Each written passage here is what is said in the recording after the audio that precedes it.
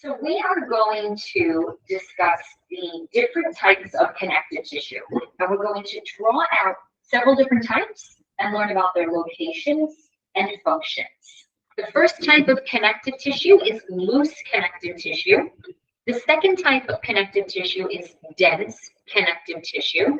And the final type is specialized. With loose connective tissue, we're going to find three different types of connective tissue. The three types of loose connective tissue are areolar, adipose, and reticular. Areolar tissue is found beneath the skin and between the muscles, known as fascia. Areolar tissue anchors the skin down in place. Remember that epithelial tissue has a layer of connective tissue below it. That's the layer of connective tissue we're describing for the skin. And then areolar tissue is between sets of muscles, muscle groups, so that those muscles, although they might act as one unit, they are individual. So they're wrapped in this areolar connective tissue for protection. Let's draw some of the structures in this tissue. So in areolar, we're going to find a lot of the structures that we drew when we drew our connective tissue concept map. So the first thing we'll find are these large fibrous proteins, and those are collagen.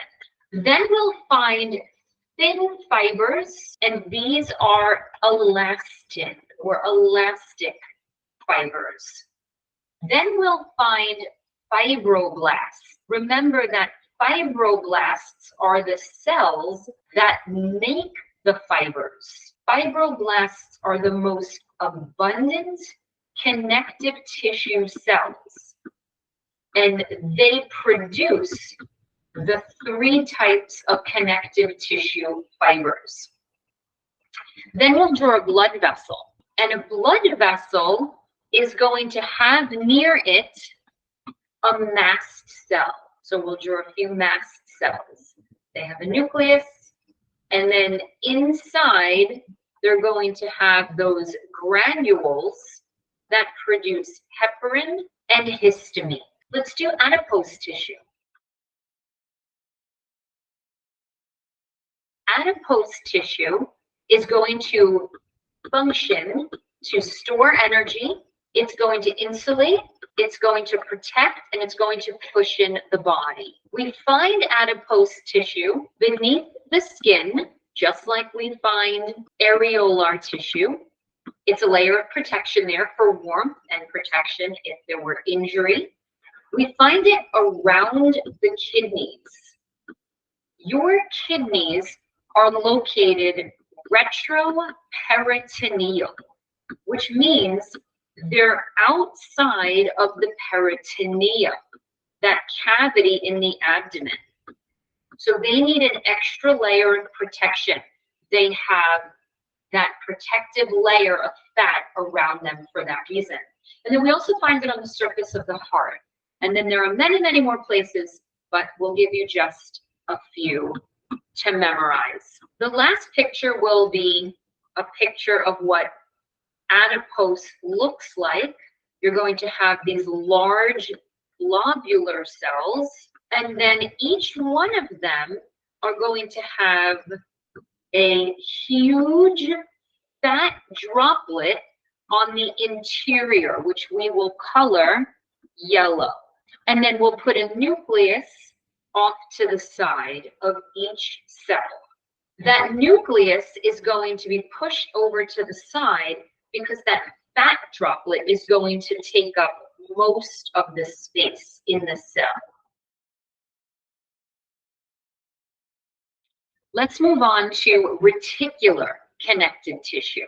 Reticular tissue makes up the liver, the spleen, and the kidney. Remember that reticular fibers are those fibers that are very thin and delicate. They are supporting, but they are thin and delicate, and they are highly, highly branching. So our reticular picture is going to contain those reticular fibers. We're going to draw a lot of those fibers embedded throughout this tissue. Then we're going to draw fibroblasts, because fibroblasts, as you now recall, make those fibers. In addition, we find white blood cells. The white blood cells that we are drawing are known as lymphocytes. Let's label the fibroblasts and let's label the reticular fibers. And that's reticular connective tissue. Let's move on to dense connective tissue. Dense connective tissue is going to be tissue that comprises your tendons and your ligaments. This type of tissue can withstand pulling forces. Tendons and ligaments are going to be connected with muscle and bone. Tendons are going to anchor muscles to the bone, and ligaments are going to connect bone to bone. So they need to be able to withstand the pulling that's going to happen as muscles pull on them. So we're going to find that this tissue tends to run in a very organized pattern, like so. It's made of collagen, a very abundant protein. Remember, collagen fibers are very thick fibers. Then spaced throughout this tissue, we will find fibroblasts. Remember, they are there because they are producing those fibers. Let's move to specialized tissue.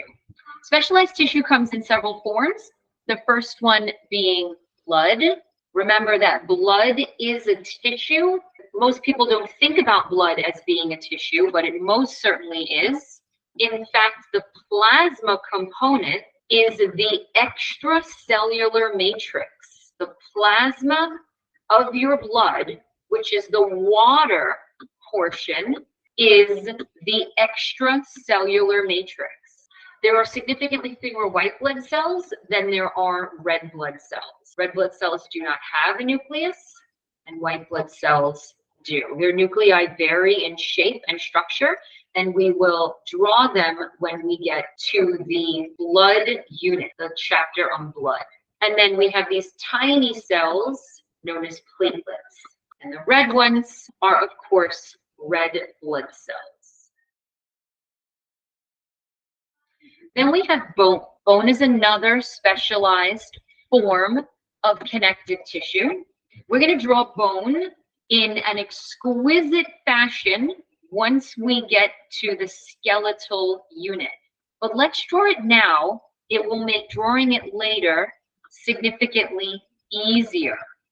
It's pretty extensive, but once you know it, it's a very easy tissue to identify both under the microscope and in a textbook.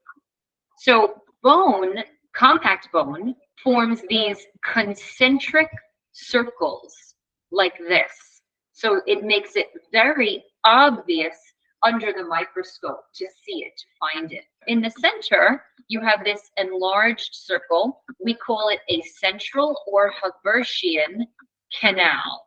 And in that center, we find blood vessels and a nerve. If you've ever broken a bone, you know that bone has a nerve running through it, contains nervous tissue, simply because it's very, very painful when you break a bone. It can be very painful. So now each one of these circles within this tissue here, you can see lots and lots of connections there. Inside of each of these structures, we have cells. And these cells are known as osteocytes.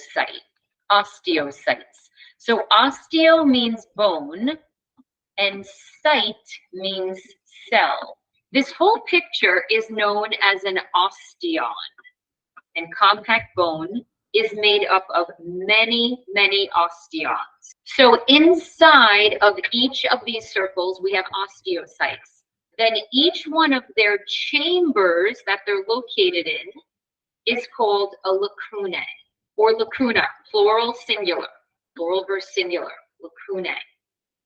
And so those are the chambers where the osteocytes reside. We're going to come back to that word lacunae when we get to cartilage.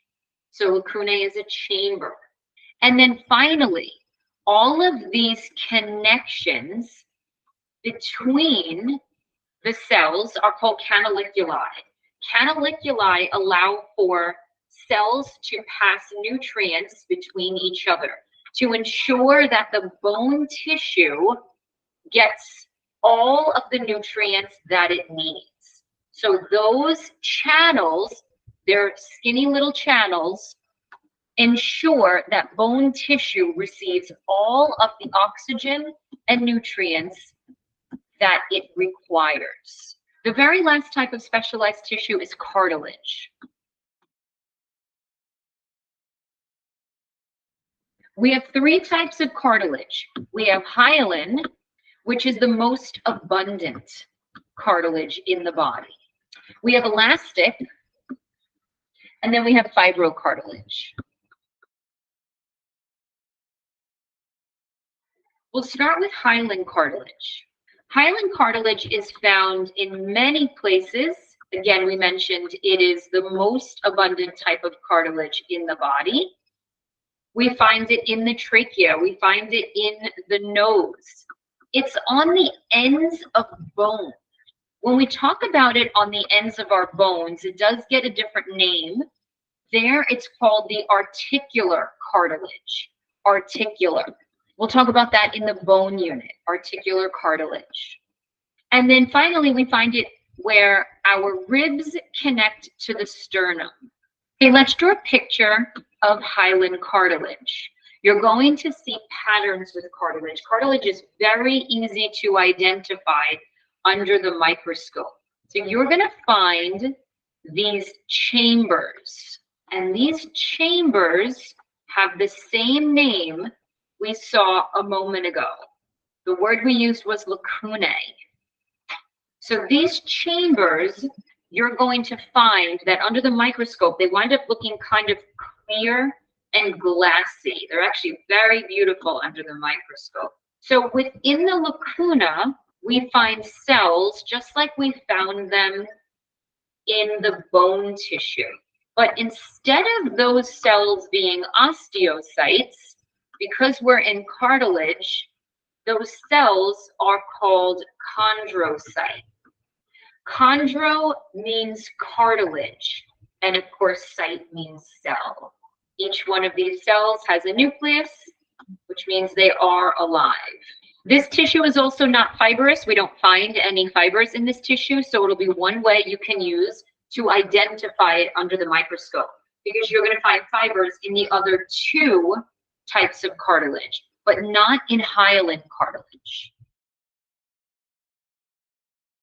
The second type of cartilage is elastic cartilage. Elastic cartilage is found in the ear and the epiglottis. The epiglottis is that flap that covers over to prevent food from going down the windpipe and to direct it into the esophagus. We also find this in your larynx, which is your voice box. And then this tissue, unlike hyaline or articular cartilage, this tissue is going to have fibers. This one tends to have a very hairy looking appearance because of all of the thin elastin fibers throughout. Remember that elastin is a very stretchy fiber and a very thin fiber. So once again, just like we had chondrocytes in hyaline cartilage, we'll have chondrocytes here in the lacunae. And then these are the chondrocytes. And then let's finish out our picture with our third and final cartilage, and that's fibrocartilage. Fibrocartilage is going to be found in the knee and between the vertebrae. Those are called the intervertebral discs. And this allows for shock absorption. As you walk, as you run, as you jump, those intervertebral discs, which is a shock absorbing tissue, will prevent trauma to the back, particularly the lower back, which takes the brunt of a lot of those forces. So then we have large collagen fibers running through the tissue, and this tissue tends to run in a very organized fashion. Unlike the hairy appearance of elastic cartilage, unlike the grouped appearance with no fibers of hyaline and articular, we find that the lacuna and therefore the chondrocytes of fibrocartilage tend to run in a very organized fashion like this. So these are the large collagen fibers. These are the chondrocytes inside of the lacuna. And notice how they run in this organized fashion. Very easy to identify under the microscope. Remember that these cells are alive, so they do all have a nucleus. And then the chondrocyte is the blue cell in the center of each lacuna. And that finishes out the types of connective tissue, the most abundant tissue in the body, your supporting, connecting, gluing tissue that fills spaces.